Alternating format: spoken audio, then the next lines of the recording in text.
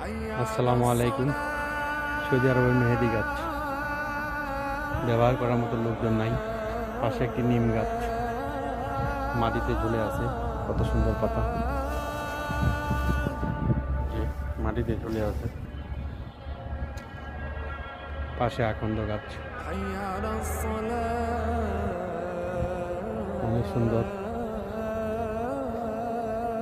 এখানে সবা সেট পড়ে আছে, টায়ার, অনেক কিছু পড়ে আছে, যেগুলো বাংলাদেশে পড়ে থাকলে হয়তো মানুষ কিছু না কিছু কাজে লাগাইতো। এখানে অনেক সবা সেট পড়ে আছে, এখানে টাইস পড়ে আছে।